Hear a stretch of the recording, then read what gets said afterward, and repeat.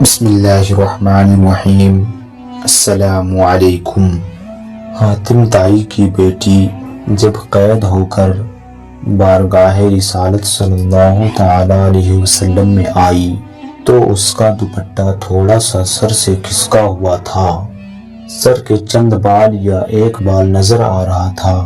حضور نبی کریم صلی اللہ تعالی علیہ وسلم نے حضرت عمر رضی اللہ تعالی عنہ کو فرمایا، عمر بیٹی کے سر پر دوپٹہ دو۔ حضرت عمر رضی اللہ تعالی عنہ نے کہا، یا رسول اللہ صلی اللہ علیہ وسلم، یہ کافر کی بیٹی ہے۔ آپ صلی اللہ تعالی علیہ وسلم نے رو کر فرمایا، عمر بیٹی بیٹی ہوتی ہے، چاہے کافر کی ہو یا مسلمان کی۔ پھر نبی رحمت صلی اللہ تعالی علیہ وسلم اپنی جگہ سے اٹھ کھڑے ہوئے اور چادر اٹھا کر بچی کے سر پر رکھی اور فرمایا، بیٹا میرے صحابہ آپ کو قید کر کے لائے ہیں، میرے پاس رہنا چاہو تو رہو، واپس جانا چاہو تو جا سکتی ہو۔ وہ لڑکی کہتی ہے، میں واپس جانا چاہتی ہوں۔ آپ صلی اللہ تعالی علیہ وسلم پر میرے ماں باپ قربان۔ آپ صلی اللہ علیہ وسلم نے صحابہ کرام رضی اللہ تعالی عنہ کی ڈیوٹی لگائی کہ اسے اس کے گھر تک چھوڑ آؤ۔ 2 دن اور 2 راتوں کے بعد آپ صلی اللہ تعالی علیہ وسلم کے پاک اصحاب رضی اللہ تعالی عنہ دروازے پر پہنچے اور دروازہ کھٹکھٹایا۔ اندر سے عدی بن حاتم یعنی حاتم کا بیٹا باہر آیا۔ جب بہن کو غیر محرم صحابہ کے ساتھ دیکھا تو غصے میں آ گیا۔ پہلا سوال بہن سے پوچھا کہ مسلمانوں کا نبی کیسا ہے؟ بہن بھاگ کر آگے ہوئی، بھائی کے منہ پر ہاتھ رکھ کر کہتی ہے، بھائی غلط لفظ منہ سے نہ نکالنا، میرا باپ بھی میری عزت کی حفاظت نہیں کر سکتا تھا جو محمد عربی صلی اللہ تعالی علیہ وسلم نے کی ہے۔ اس نے پوچھا، ان صحابہ کا کردار کیسا ہے؟ کہنے لگی، نماز کا وقت ہوتا تھا تو یہ نماز پڑھتے تھے، میں نے ان کا چہرہ نہیں دیکھا، انہوں نے میرا نہیں دیکھا۔ بھائی کا غصہ ٹھنڈا ہو گیا، کہنے لگا، اگر مسلمانوں کا نبی اتنا اچھا ہے تو مسلمان کیوں نہیں ہوئی؟ لڑکی کہنے لگی کہ دل چاہتا تھا کہ مسلمان ہو جاؤں، پھر سوچا کہیں بھائی جہنمی ہو کر نہ مر جائے، اس لیے تمہیں لینے آئی ہوں۔ اور دونوں بہن بھائی نبی رحمت صلی اللہ علیہ وسلم کے قدموں کو چوم کر جنت کی بہاریں نہ لوٹ لیں۔ اور پھر دونوں بہن بھائی حضور صلی اللہ علیہ وسلم کی خدمت میں حاضر ہوئے اور کلمہ طیبہ پڑھ کر مسلمان ہو گئے۔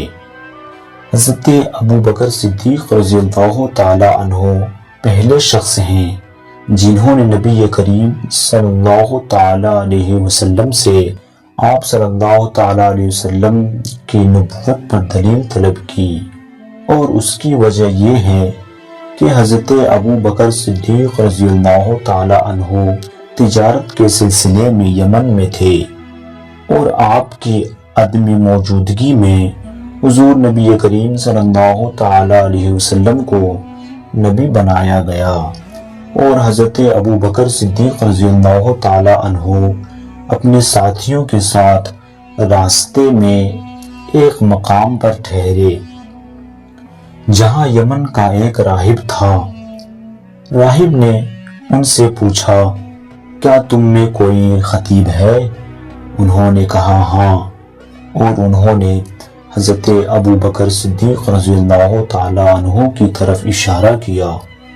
اس نے آپ کو اکیلے ہی اپنے پاس بلایا اور آپ سے کہنے لگا، تو کہاں سے آیا ہے؟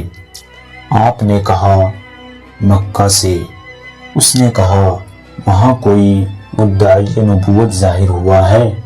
آپ نے کہا نہیں۔ راہب نے کہا مکہ سے میرے پاس ایک تصویر آئی ہے، میں وہ آپ کو دکھاتا ہوں، اگر آپ نے اس سے ملتے جلتے کسی شخص کو پہچانا تو مجھے بتانا۔ سو اس نے آپ کے سامنے وہ تصویر پیش کی تو آپ نے کہا یہ ایک شخص کی تصویر ہے جو محمد بن عبداللہ کے نام سے مشہور ہے۔